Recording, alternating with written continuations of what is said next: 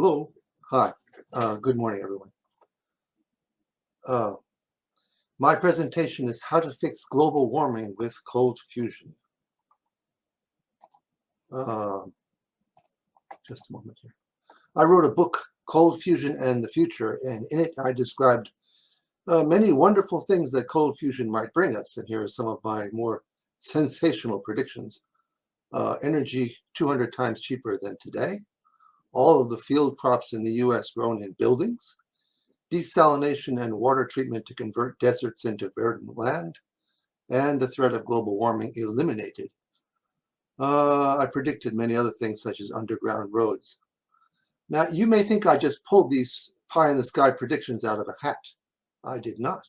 I stole them from Arthur C. Clarke, shown here with his pet dinosaur, mainly from his book, Profiles of the Future. Also from conversations I had with him. He was my friend, and I miss him. You may think I have no scientific basis for these claims, but I do.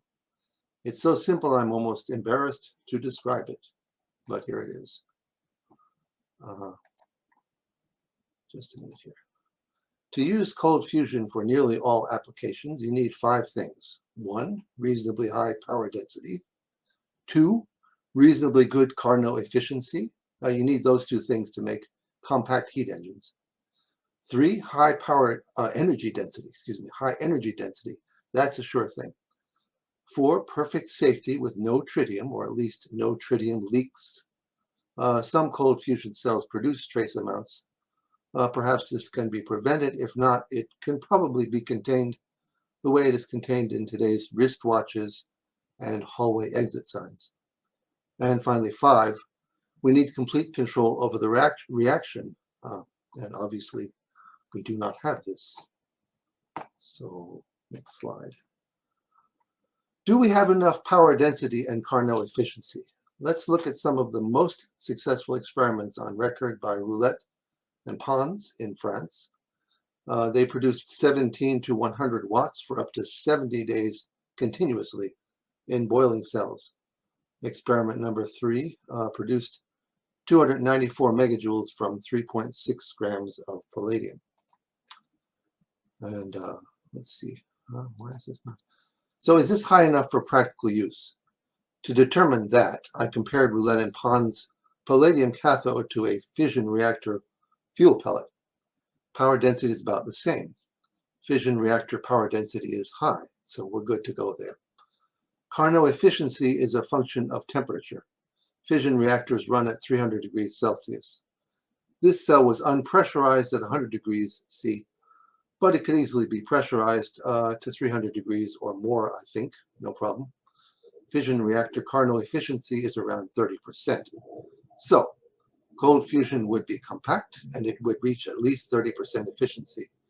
And that is good enough for most applications. Let's look at energy density.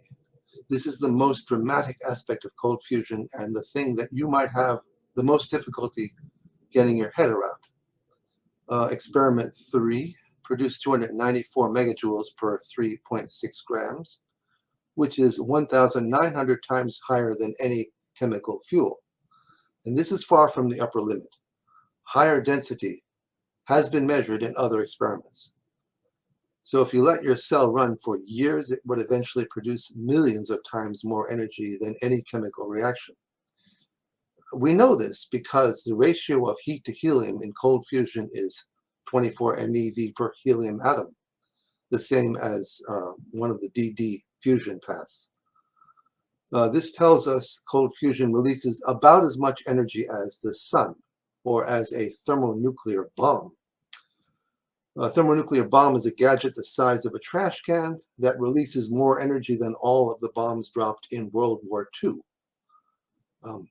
We hope that with cold fusion, the energy can only be released slowly. To put it another way, a cold fusion car would go 28 million miles per gallon of heavy water. Or to put it yet another way, we can shift Ireland to the middle of the Atlantic Ocean. Isn't that nice? Let's see here. Just a moment. As Winston Churchill wrote in 1931 in a magazine article, if the hydrogen atoms in a pound of water could be prevailed upon to combine together and form helium, they would suffice to drive a 1,000 horsepower engine for a whole year. Schemes of cosmic magnitude would become feasible. Geography and climate would obey our orders. 50,000 tons of water would, if exploited as described, suffice to shift Ireland to the middle of the Atlantic. Now we come to item 5, complete control over the reaction.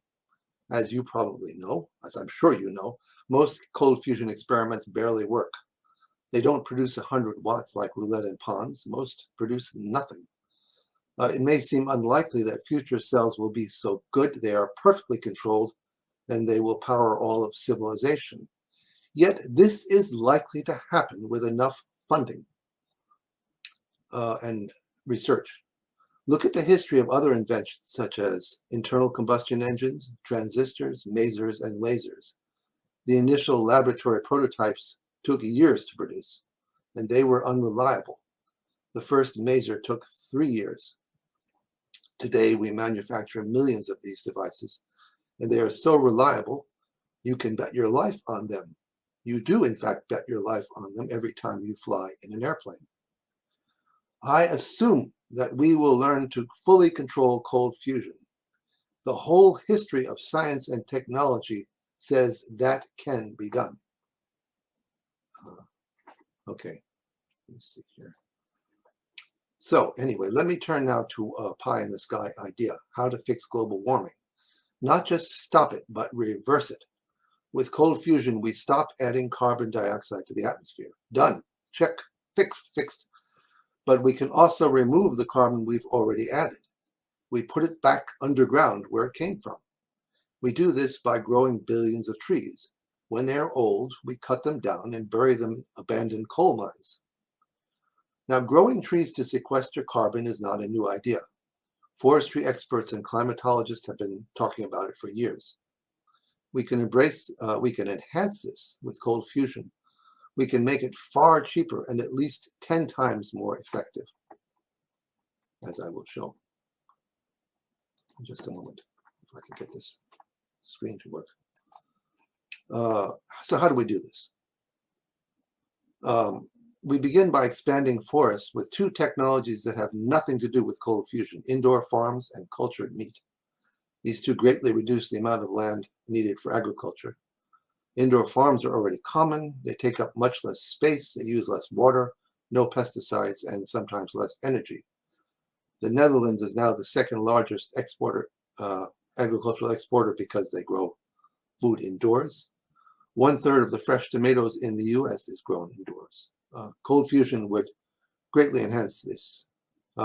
Cultured meat is still under development. It's grown in vitro from animal cells. It would, if it pans out, it would reduce agricultural land by about 80%. And by the way, Winston Churchill also predicted this in his magazine article. So anyway, we free up a lot of land. Much of it can be or should be reforested. Cold fusion can do all of this and much more. Over the last 3,000 years, people expanded the Sahara and Gobi deserts by over-farming. This can be reversed with cold fusion-powered desalination plants. We would need about as many as there are automobile assembly plants. In 50 years, we convert 3.5 million square kilometers of desert into verdant land, forests, the way it was before human civilization. That's about 1/3 of the 2 deserts, and it's also about 1/3 of the land area of the United States. After 50 years, the desalination plants would wear out, but we would not need to build new ones because the rain would begin to fall naturally in these areas. This has been done in Israel, so we know it works. With cold fusion, this mega project is larger and more ambitious than anything proposed by climatologists. It produces ancillary benefits worth trillions of dollars. It would probably be the most profitable enterprise in history. Let's see, where are we? Hold on. These slides are difficult. Okay, cold fusion would enhance this mega project in ways that would remove about 10 times more carbon per square kilometer than the experts think is possible. And here's why. The new trees in the deserts and North America would capture vast amounts of carbon dioxide as they grow. But experts point to two problems. First, when the trees mature into a climax forest, they largely stop capturing carbon dioxide, as shown in the figure on the left here. Second, when there is a forest fire or when the trees die and decompose, much of the carbon dioxide returns to the atmosphere in the carbon release phase. The U.S. Forest Service calls this the natural boom and bust cycle of forest carbon. So, what do? We need to stop this cycle before the carbon release phase, where I show the orange line here. We harvest the wood, mostly dead wood. Some we use for pulp or lumber. The rest should be baked into charcoal with cold fusion, then taken to abandoned open pit coal mines and buried underground in anaerobic conditions. In other words, these pits would become reverse coal mines. This is speeding up of the natural formation of underground coal by a factor of 1 million or so. Of course, if you did this with conventional energy, it would be impossible, utterly impossible. After about a century of burying carbon underground, we would sequester roughly as much carbon as we had added since the beginning of the Industrial Revolution. Suppose we put carbon back underground at the rate of 15 billion tons, 1966 rate. In 114 years, we would bury the excess carbon.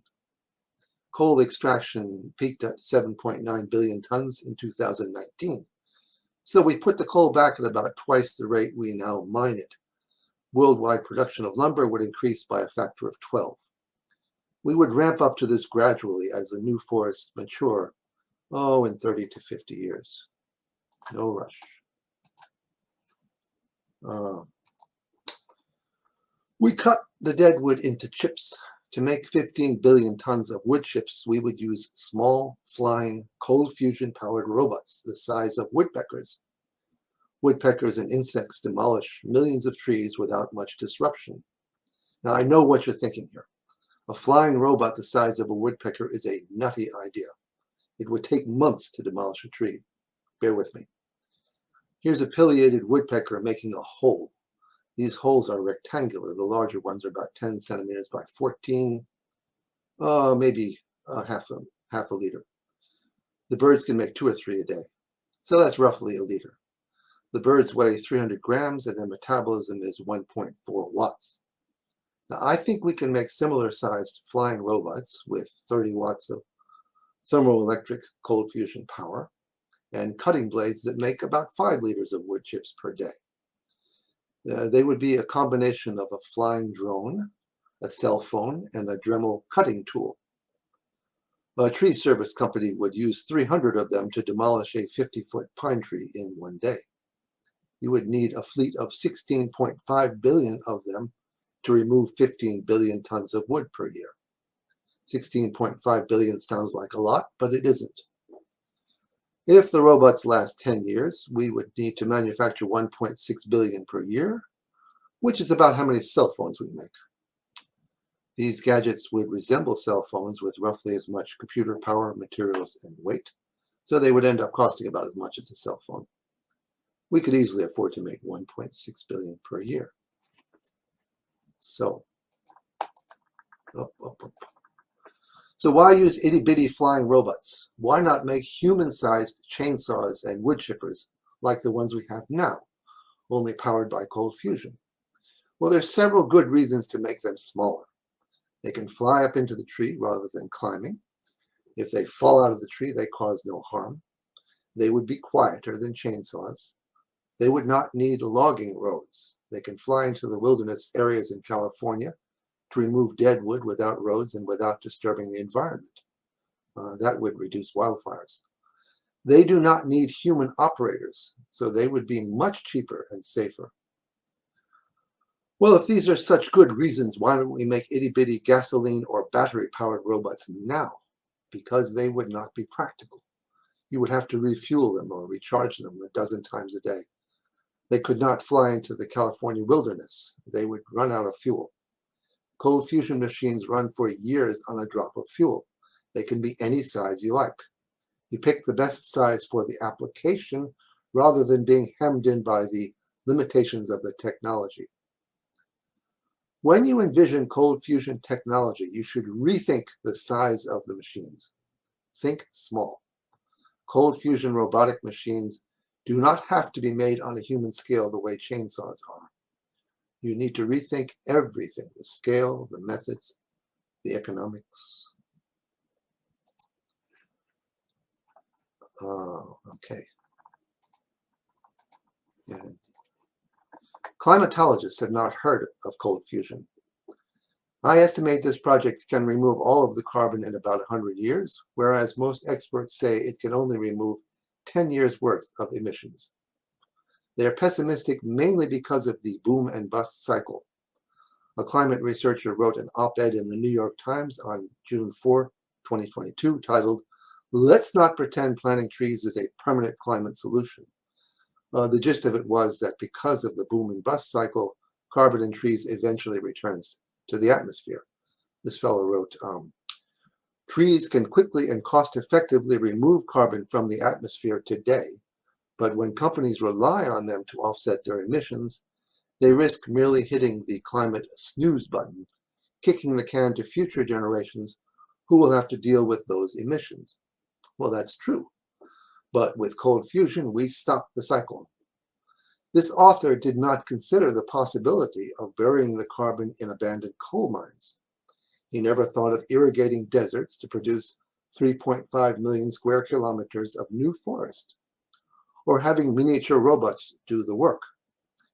He did not think of these things because he's never heard of cold fusion. He did not imagine these things because without cold fusion, they are unimaginable.